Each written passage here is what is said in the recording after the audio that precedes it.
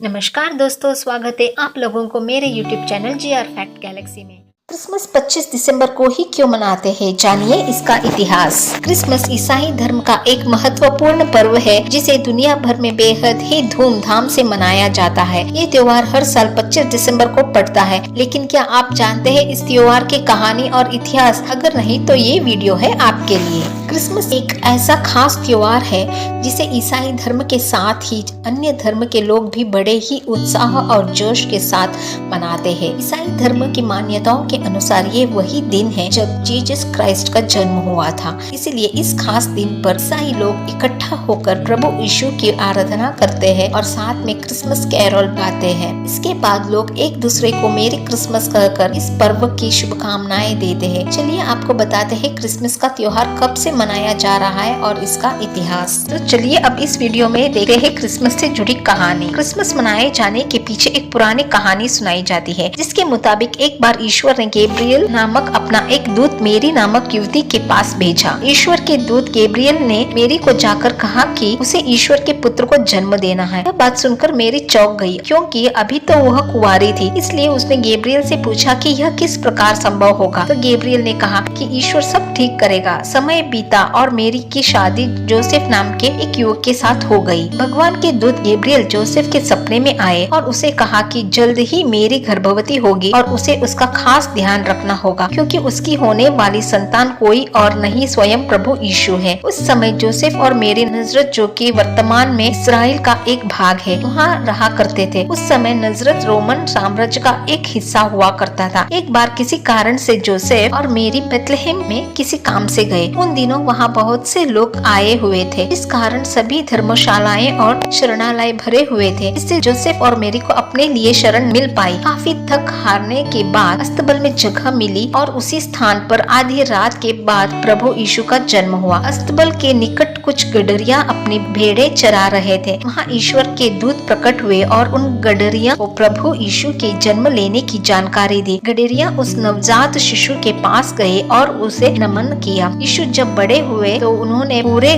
गलियां में घूम घूम कर उपदेश दिए और लोगों की हर बीमारी और दुर्बलताओं को दूर करने का प्रयास किया। धीरे धीरे उनकी प्रसिद्धि चारों ओर फैलने गई। यीशु के सद्भगवान पूर्ण कार्यों के कुछ दुश्मन भी थे, जिन्होंने अंत में यीशु को काफी यातनाएं दी और उन्हें क्रूस पर लटका कर मार डाला। लेकिन यीशु जीवन पर्यंत मानव कल्याण की दिशा में जुटे रहे।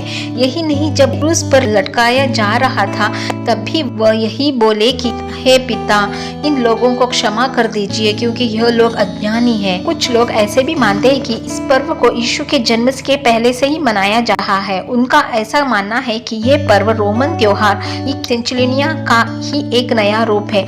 ऐसा कहा जाता है कि सेंचुलिनिया रोमन देवता है। कहते हैं बाद में जब ईसाई धर्म की स्थापना हुई तो लोग यीशु को अपना ईश्वर मानकर सेंचुलिनिया पर्व को ही क्रिसमस डे के रूप में मनाने लगे थे। खुशी के इस पर्व पर बाजारों में दिवाली जैसी रौनक नजर आती है। स्कूल कॉलेज में भी इस पर्व पर विभिन्न तरह के सांस्कृतिक कार्यक्रम और मेले आयोजित किए जाते हैं। हालांकि यह पर्व 25 दिसंबर को मनाया जाता है, लेकिन पूर्व संध्या यानी 24 दिसंबर से ही क्रिसमस से जुड़े कार्यक्रम शुरू हो जाते हैं। यूरोपियन और पश्चिमी देशों में इस दौरान खूब रंगारंग कार्यक्रम आयोजित किए जाते हैं। भारत में गोवा राज्य में क्रिसमस की काफी धूम रहती है। इसके अलावा विभिन्न शहरों की बड़ी चर्चों में भी इस दिन सभी धर्मों के लोग एकत्रित होकर प्रभु यीशु का ध्यान करते हैं। क्रिसमस की पूर्व संध्या पर लोग प्रभु की प्रशंसा में कैरोल गाते हैं और क्रिसमस के दिन प्यार व भाईचारे का संदेश देने एक दूसरे के घर जाते हैं। इस पर्व के दौरान सभी लोग अपने घरों में क्रिसमस ट्री लगाते हैं, जिसे अच्छे अच्छे उपहारों से सजाया जाता है। इस पर्व पर बच्चों के बीच सांता क्लॉज की बहुत धूम रहती है। सांता क्लॉज बच्चों के लिए मनचाहे तोहफे लेकर आते हैं और बच्चों को खुशियों से भर देते हैं। सांता क्लॉज का क्रिसमस से क्या है कनेक्शन? क्रिसमस पर यीशु यानी जीसस क्राइस्ट का जन्म हुआ था, लेकिन फिर इस दिन को सांता क्लॉज के नाम पर क्यों मनाया जाता है? दरअसल सांता का असली नाम सांता निकोलस है। थे। सांता उत्तरी ध्रुव में अपने निक्लॉस के साथ रहते थे। यह सफेद दाढ़ी वाले एक खुशी मिजाज इंसान है जिसके मन में दया का भाव घुट घुट कर भरा हुआ है। संत निकोलस जरूरतमंद और बीमारों मदद करने के लिए घूमा करते थे। संता लोगों की काफी सहायता करते और बच्चों को तोहफे दिया करते थे। उन्हें एक महान और दयालु व्यक्ति माना जाता था। यही कारण है कि सेंटा को क्रिसमस से जोड़ा गया, क्योंकि भगवान यीशु भी सबकी सहायता करते हैं। जब उन्हें सूली पर चढ़ाया जा रहा था तब भी उन्होंने लोगों के लिए ही दुआ मांगी थी। दोस्तों, अगर आपको मेरी ये वीडियो पसंद आई तो इसे लाइक, शेयर और सब्सक्राइब जरूर कीजिएगा। धन्यवाद।